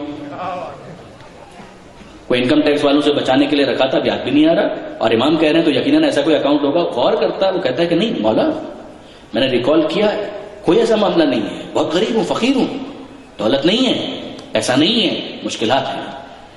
امام کہتے ہیں نہیں، ہمیں بالکل صحیح اطلاع ہے کہ تم تو بہت بہت امیر ہو، تم تو بہت دولت مند ہو۔ کہا مولا مجھے کچھ ایسا یاد نہیں آ رہا کہ میرے پاس دولت کی کثرت ہو، کچھ یاد نہیں آ رہا، میں تو غریب ہوں، بلکہ دوسرے لوگ میرا مذاق اڑاتے ہیں، آل محمد کے ماننے والے بنتے ہو، اہل بیت کے ماننے والے بنتے ہو، اتنے پریشان، اتنی مشکلات کے اندر، وہ تو مذاق اڑاتے ہیں مولا، لیکن آپ یہ جملہ کہہ رہے ہیں تو آپ کو تو میں کچھ کہہ بھی نہیں سکتا، آپ کو تو میں کچھ نہیں کہہ سکتا. کہا کہ نہیں میں مذاق نہیں کر رہا، الفاظ میرے ہیں، مطلب امام کا کہ میں مذاق نہیں کر رہا، میں مزاح نہیں کر رہا، آئی ایم سیریس. مجھے بالکل کنکریٹ اطلاع ہے کہ تم بہت پیسے والے ہو، بہت دولت والے ہو، بہت امیر ہو، تم غریب نہیں ہو. وہ کہتے ہیں مولا میں نہیں سمجھ پا رہا، کائنڈلی ایکسپلین، ذرا وضاحت کر دیں آپ کیا کہنا چاہ رہے ہیں. اب امام کہتے ہیں یہ بتاؤ ہم آل محمد سے محبت کرتے ہو؟ وہ کہتا ہے کہ ہاں. اگلا جملہ سنیے، امام پوچھتے ہیں بتاؤ کتنے میں بیچو گے، کتنے میں بیچو گے؟ کرنسی میں بدلتا ہوں، آج کل کی کرنسی میں، اور آپ چاہیں تو روپے کو ڈالر میں بھی تبدیل کر لیں. امام کہتے ہیں کہ یہ بتاؤ مثلا 1000 روپے میں ہماری محبت بیچو گے؟ امام درہم و دینار میں بول رہے ہیں 1000 روپے میں ہماری محبت بیچو گے؟ وہ مولا 1000 روپے کی کیا حیثیت ہے آپ کی محبت کے مقابلے میں؟ امام نے تھوڑا سا ریز کر دیا 1,00,000 روپے میں. کہ مولا 1,00,000 روپے میں، 1,00,000 روپے کی بھی کیا حیثیت ہے آپ کی محبت کے مقابلے میں؟ 1,00,000 روپے کے عوض میں آپ کی محبت نہیں بیچوں گا. امام نے تھوڑا اور بڑھا دیا 10,00,000 روپے میں. کہا نہیں مولا 10,00,000 روپے کی کیا حیثیت ہے؟ کہا 1 کروڑ میں بیچو گے؟ کہا نہیں مولا 1 کروڑ کی بھی کوئی حیثیت نہیں ہے. 10 کروڑ میں بیچو گے؟ کہا مولا 10 کروڑ میں بھی نہیں بیچوں گا. اب امام کہتے ہیں یہ بتاؤ کتنے میں بیچو گے؟ وہ کہتے ہیں مولا اگر پوری دنیا کی دولت بھی مل جائے نا تب بھی میں آپ کی محبت کو بیچنے کے لیے تیار نہیں ہوں. اور اب امام یہ کہتے ہیں کہ جو اتنا امیر ہو وہ اپنے آپ کو غریب کیسے کہہ سکتا ہے؟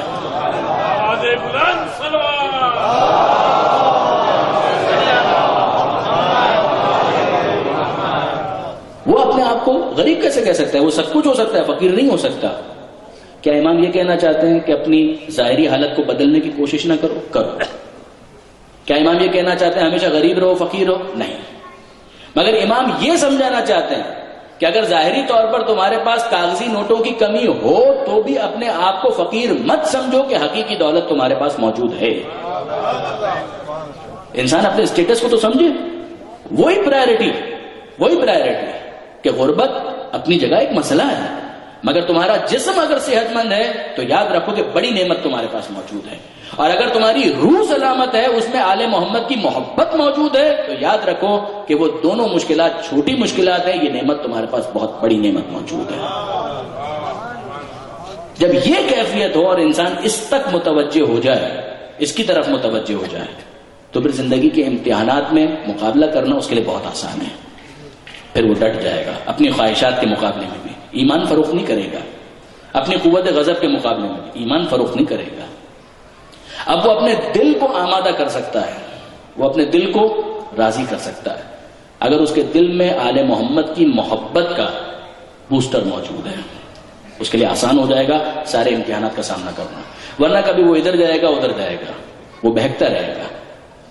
یہ جو ثابت قدمی کی بات ہے نا کہ اہدنا الصراط المستقیم کے مالک سیدھی راہ پر ثابت قدم رکھ، اور جو غیبت کے زمانے میں بھی خصوصیت کے ساتھ تاکید آئی کہ یہ دعا مانگو کہ یا اللہ ہو، یا رحمان ہو، یا رحیم، یا مقلب القلوب ثبت قلبی علی دینک. اے خدا رحمان و رحیم، اے دلوں کو پھیر دینے والے، میرے دل کو ثبت قلبی، میرے دل کو، یہ دل کا لفظ اسی نفس کے اسٹرینتھ کو شو کرنے کے لیے یہاں پر استعمال ہو رہا ہے. انسان اپنی روح کی قوت کو اس کے ذریعے سے پروردگار عالم کی بارگاہ میں پیش کرتا ہے. ثبت قلبی علی دینک. ربنا لا تزغ، جو خود قرآن مجید نے دعا سکھائی کہ ربنا لا تزغ قلوبنا بعد اذ ہدیتنا. وہاں پر دماغ کی بات نہیں ہو رہی ہے، وہاں پر دل کی بات ہو رہی ہے. لا تزغ قلوبنا، اے پروردگار ہمارے دلوں کو کجی کا شکار نہ ہونے دینا، ہمارا دل ادھر ادھر نہ ہو جائے. بعد اذ ہدیتنا، جبکہ تو نے ہمیں ہدایت دے دی. وہب لنا من لدنک رحمہ، اور اپنی طرف سے مسلسل رحمت ہمیں عطا کر. انک انت الوہاب، یقیناً تو عطا کرنے والا ہے، بہت زیادہ دینے والا ہے. اگر یہ علم انسان کے دل کے اندر اتر جائے، اس کی روح میں سرایت کر جائے اور پھر مسلسل سرایت کرتا رہے، اس ایمان کے اندر طاقت بڑھتی رہے، تو وہ اپنے علم کی روشنی میں فیصلے کر سکتا ہے. آیت اللہ باقر الصدر، بس میں منزل مصائب کی طرف آ رہا ہوں. شہید آیت اللہ باقر الصدر آل اللہ مقامہ، ان کا تھیسس ہے ان کا ایک تھیسس ہے کربلا کے حوالے سے. وہ فرماتے ہیں کہ امام حسن مجتبی اور امام حسین علیہ السلام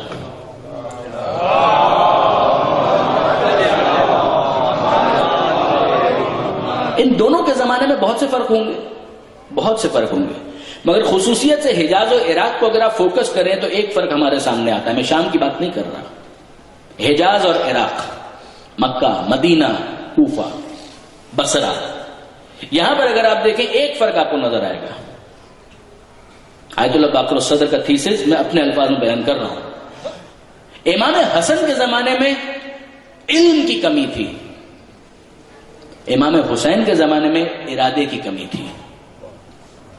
شہید باقر الصدر نے بہت سی باتوں کو اس ایک جملے کے اندر سمجھا دیا. ایک ہے علم کی کمی، کہ پتہ ہی نہیں. پیغمبر اکرم کی وفات ہوئی 25 سال کا گیپ آ چکا ہے، لوگ بھول چکے ہیں، بہت سے کو معلوم ہی نہیں ہے، غفلت میں جا چکے ہیں، نئی نسل آ چکی ہے، کچھ پتہ ہی نہیں ہے. الناس علی دین ملوکہم، لوگ اپنے بادشاہوں کے دین پر ہوتے ہیں، انہی کو دیکھ رہے ہیں، انہی کو سب کچھ سمجھ رہے ہیں. اور دوسری طرف امیر المومنین جیسے ہی ظاہری طور پر خلافت شروع ہوتی ہے، 4-4.5 سال کا زمانہ ہے جنگوں کے اندر، وہی سارے افراد جن کے پاس علم نہیں ہے یا جو مکاری کرنا چاہتے ہیں، شیطنت کرنا چاہتے ہیں، تلوار کھینچ کر آ رہے ہیں. جنگ صفین ہو رہی ہے، جمل ہو رہی ہے، کچھ پرانا بغض لے کر آ رہے ہیں اور کچھ نئے بغض والے افراد آ رہے ہیں. امام حسن کا زمانہ 6 مہینے کا زمانہ ہے. اس سلو کے بعد جب 10 سال گزر جاتے ہیں، توجہ کیجیے گا، امام حسن کی شہادت 50 ہجری کے اندر ہے.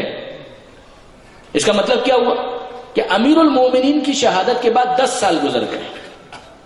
کربلا کا واقعہ 61 ہجری میں، تقریباً 10 سال اور گزر گئے. 20 سال میں اب سب کو سمجھ میں آ گیا کہ امیر شام کون ہے، اس کا اسلام کیا ہے، اس کا ایمان کیا ہے. اب علم کی کمی نہیں ہے، مگر اب جتنے افراد ہیں وہ علم آنے کے بعد ارادے سے محروم ہیں.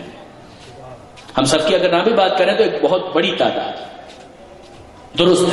درست ہے کوفہ میں کئی چاہنے والے ایسے تھے کہ جن کو شہید کر دیا گیا، قتل کر دیا گیا. بے شک سارے کے سارے شیعہ نہیں تھے.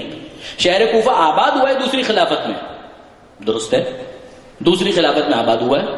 فوجی چھاونی کے طور پر آباد کیا گیا ہے، باقاعدہ پلان کے تحت آباد کیا گیا ہے. تاریخ طبری اٹھا کر دیکھیے، باقاعدہ شہر کا ڈیزائن کیا ہونا چاہیے اس پر بھی بحث ہوئی ہے.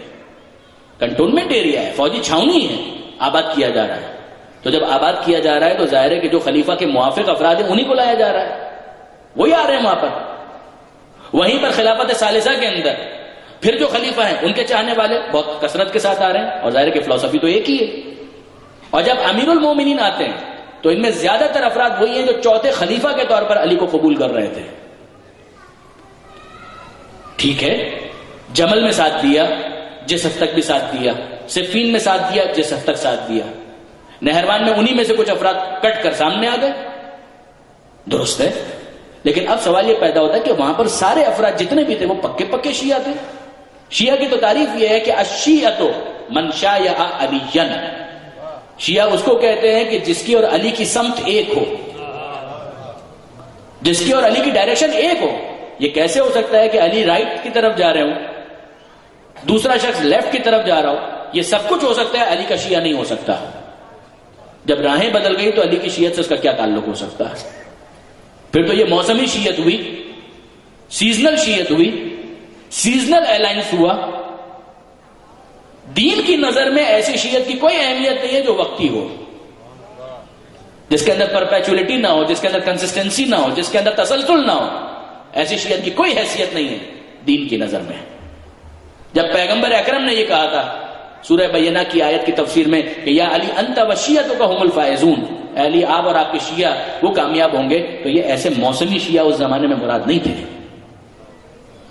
جو مسلسل علی کے ساتھ ہیں، علی کے ہم فکر ہوں، ان کی اور علی کی سمت ایک ہو.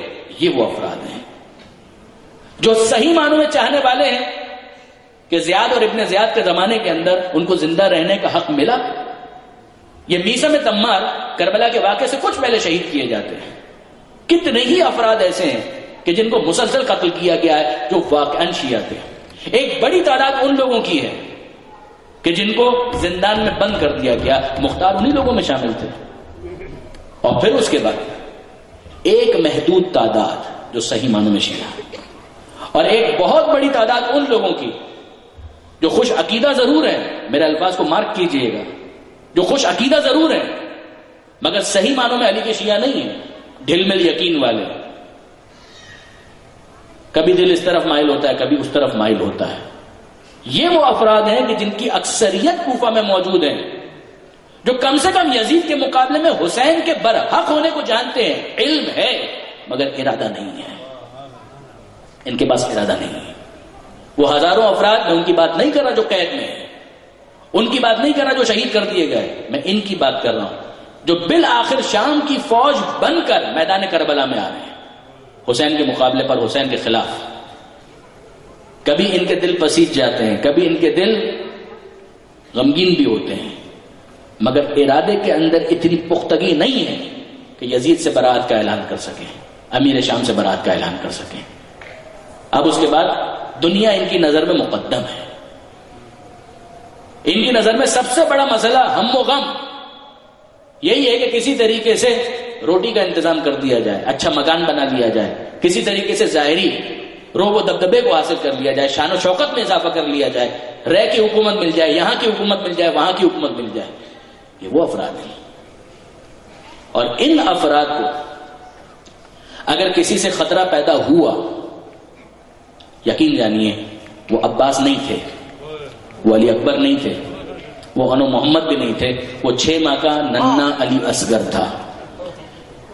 کہ جب اس کو لایا گیا ہے تو اس موقع پر حرملہ کو مخاطب کر کے عمر سعد نے جو جملہ کہا ہے، اس سے پہلے یہ کہا کہ اگر اس موقع پر حسین کو خاموش نہ کیا گیا تو فوج میں انقلاب برپا ہو جائے گا. یہ انقلاب دلوں کے انقلاب کی بات ہو رہی ہے. علم تو موجود ہے پہلے سے،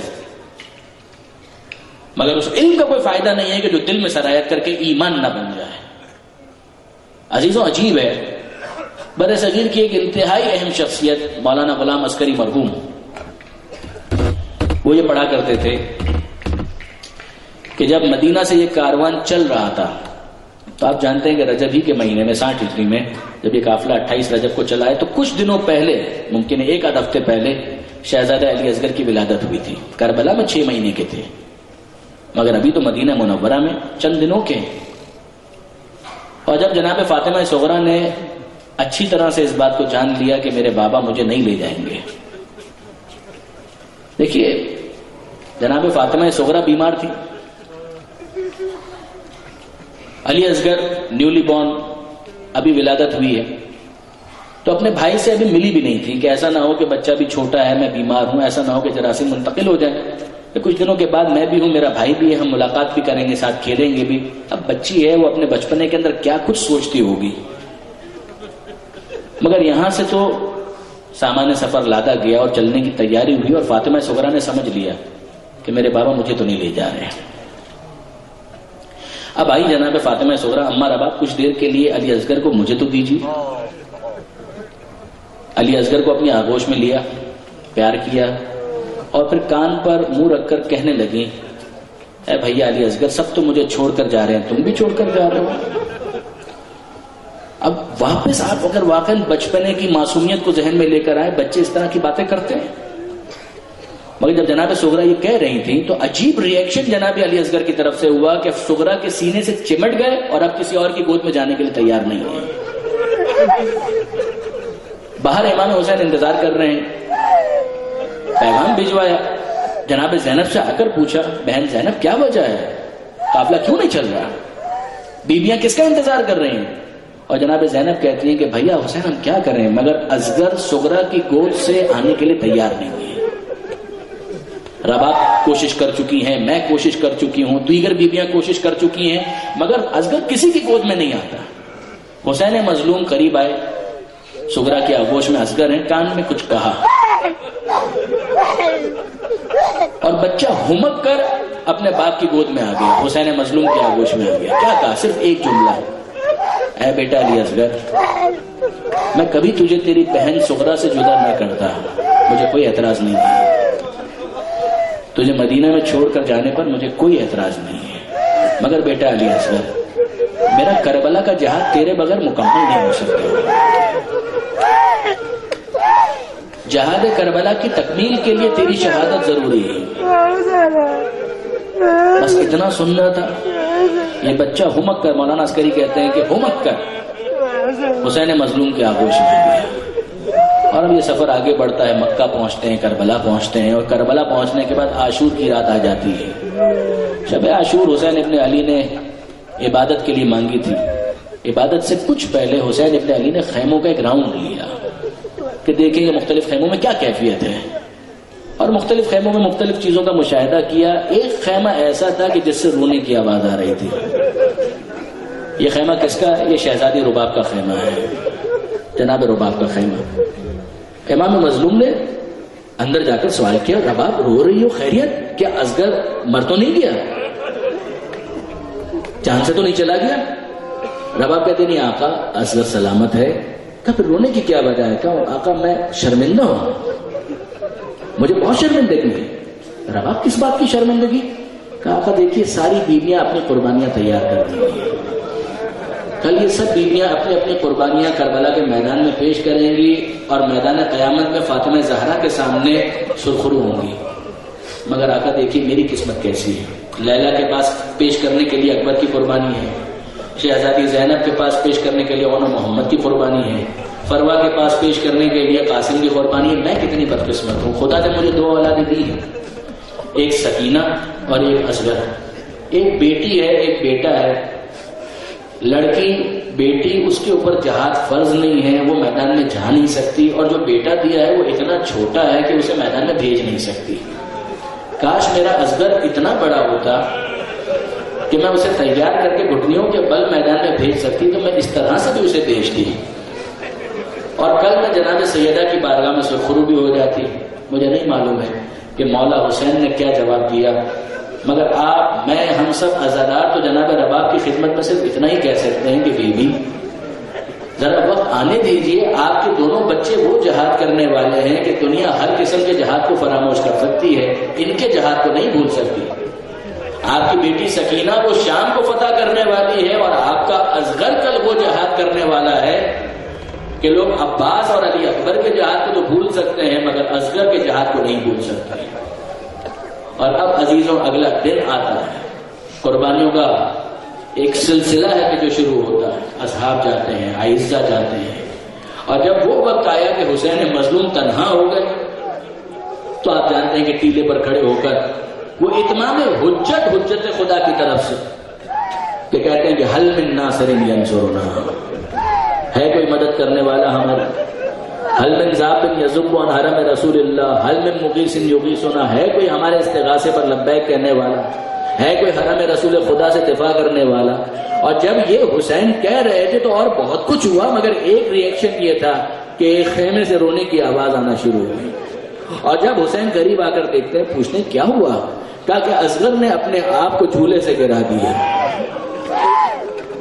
اب گویا اصغر کیا کہہ رہے ہیں کہ بابا آپ بھول گئے، آپ نے مجھے کیا کہہ کر مدینے سے یہاں لے کر آئے تھے؟ آپ نے کہا تھا میرے بغیر میرا جہاد، آپ کا جہاد میرے بغیر مکمل نہیں ہو سکتا. بابا آپ نے اپنے آپ کو اکیلا کیسے سمجھ لیا؟ آپ کا یہ ننھا مجاہد ابھی باقی ہے، آپ کا یہ چھوٹا مجاہد ابھی باقی ہے. اور اب اصغر کو اپنی آغوش میں لیتے ہیں حسین، اور وہ وقت آتا ہے کہ میدان کربلا میں اس طرح سے جا رہے ہیں کہ گود میں اصغر ہے، دھوپ بہت سخت ہے، ابا کے دامن سے اصغر کے اوپر سایہ کیا ہوا ہے. اور جب میدان میں جا رہے تھے سامنے سے فوج اشکیا کہتی کہ شاید حسین قرآن لے کر آ رہے ہیں. انہوں نہیں معلوم کہ یہ قرآن ناطق کا ایک چھوٹا سا پارا ہے کہ جس کے ذریعے سے اتمام حجت کرنا مقصود ہے. قریب آئے اور آگے بڑھ کر یہ کہتے ہیں کہ اے لوگوں، یہ 6 ماہ کا بچہ اگر کوئی گناہ تمہاری نظر میں ہے تو کس کا ہے؟ میرا ہو سکتا ہے. یہ بچہ بھی کبھی گنہگار ہو سکتا ہے؟ یہ بتاؤ اس پر پانی کیوں بند کیا ہوا ہے؟ اس بچے نے کیا خطا کی ہے؟ اس کی ماں کا دودھ تک خشک ہو چکا ہے. یہ بتاؤ کہ آگے بڑھ کر کوئی ہے کہ جو اسے پانی پلائے؟ وہ کوئی آگے بڑھ کر پانی پلانے والا نہیں ہے. اب حسین پھر اتمام حجت کے لیے کہتے ہیں ہو سکتا ہے کہ تم یہ سوچ رہے ہو کہ شاید بچے کے بہانے میں پانی پی لوں گا. لو میں نے اس بچے کو زمین پر لٹا دیا، تم خود آگے بڑھ کر اس کو پانی پلا دو. وہ جلتی ہوئی زمین کربلا کے جس پر بچہ رکھ دیا گیا اور تڑپنے لگا. مگر ابھی بھی کوئی آگے بڑھ کر پانی تو پلانے کے لیے آمادہ نہیں ہے، تیار نہیں ہے. حسین پھر علی اصغر کو اپنے آگوش میں لیتے ہیں اور یہ کہتے ہیں بیٹا ان کو تیری پیاس کا یقین نہیں ہے. مگر بیٹا علی اصغر تم بھی تو حجت خدا کے فرزند ہو، ذرا بتاؤ کہ تم کتنے پیاسے ہو. اور اب اصغر نے اپنا رخ، اپنے چہرے کا رخ فوج اشقیاء کی طرف کیا. 3 دن کا پیاسا بچہ علی اصغر سوکھی ہوئی زبان سوکھے ہوئے ہونٹوں پر پھرانا شروع کی. اور یہ وہ وقت تھا کہ جب فوج اشقیاء میں بھی گریا شروع ہو گیا، منہ پھیر پھیر کے رونے لگے. اور اب عمر سعد یہ کہتا ہے کہ یا ہرملا اکتا کلام الحسین، اے ہرملا آگے بڑھ کر حسین کی بات کو کاٹ دے ورنہ ہمارے لشکر میں انقلاب برپا ہو جائے گا. اور ہرملا نے کیا کیا؟ 3 بھال کا تیر جو عرب یا درخت میں سوراخ کرنے کے لیے استعمال کرتے تھے یا گھوڑے کی گردن توڑنے کے لیے استعمال کرتے تھے، وہ کمان میں جوڑا. کہاں 3 بھال کا تیر اور کہاں ننھا علی اصغر اور اس کا ننھا سا گلا. یہ تیر رہا ہوا فتقلب الصبی علی یدی الامام، وہ بچہ باپ کے ہاتھ پر منقلب ہو گیا. اصغر کے گلے کو چھیدتا ہوا وہ تیر حسین کے بازو میں پیوست ہو گیا. اور جب یہ خون گرنا چاہتا ہے تو حسین نے اس خون کو گرنے نہیں دیا.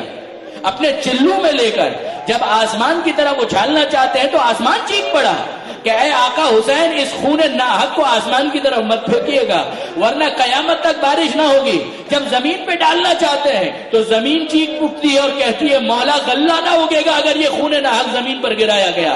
حسین اس خون کو اپنے چہرے پر مل کر یہ کہتے ہیں میں اسی طرح اپنے نانا رسول خدا سے ملاقات کروں گا، میں اسی طرح خدا کی بارگاہ میں جاؤں گا. اور اب اس کے بعد علی اصغر کا لاشا لے کر حسین کو سمجھ نہیں آ رہا کہ کس طرح سے رباب کو یہ بتائیں. 7 مرتبہ آگے بڑھے، 7 مرتبہ پیچھے ہٹے.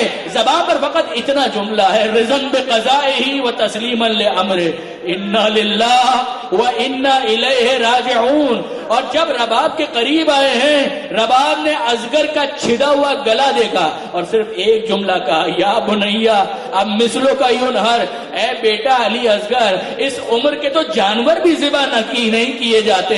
ارے وہ کون شقی اور بدبخت تھا کہ جس نے تیرے گلے پر اس طرح سے تیر چلایا. عزیزوں آخری جملہ حسین مظلوم کی وصیت معلوم ہے. سید سجاد کے پاس جب رخصت آخر کے لیے آئے ہیں سید سجاد کو کہا کہ اے بیٹا سید سجاد جب مدینہ جانا ہمارے چاہنے والوں کو، ہمارے شیعوں کو سلام دینا اور کہنا اے ہمارے چاہنے والوں تم بہت یاد آئے، تم بہت یاد آئے. شیعتی مہما شربتم ما عزبن فاذکرونی، اے میرے چاہنے والوں جب کبھی ٹھنڈا پانی پینا تو اپنے پیاسے امام کی پیاس کو یاد کر لینا. او سمے تم بے غریبن او شہیدن فندبونی، اور اگر سنو کہ پردیس میں کوئی مسافر مارا گیا تو اس کا ماتم بعد میں کرنا، اپنے پردیسی امام کا ماتم پہلے کرنا. اب آخری جملہ کیا ہے کہ لیتکم فی یوم عاشورا جمیعا تنظرونی، اے میرے شیعوں کاش تم عاشور کے دن کربلا میں ہوتے تو تم یہ دیکھتے کیف استسقی لطفل فابوہا یرحمونی، میں کیسے اپنے اصغر کے لیے پانی مانگ رہا تھا، پانی تو نہ آیا. اس سے شعبہ تیر کے جس نے بچے کو ذبح کر دیا.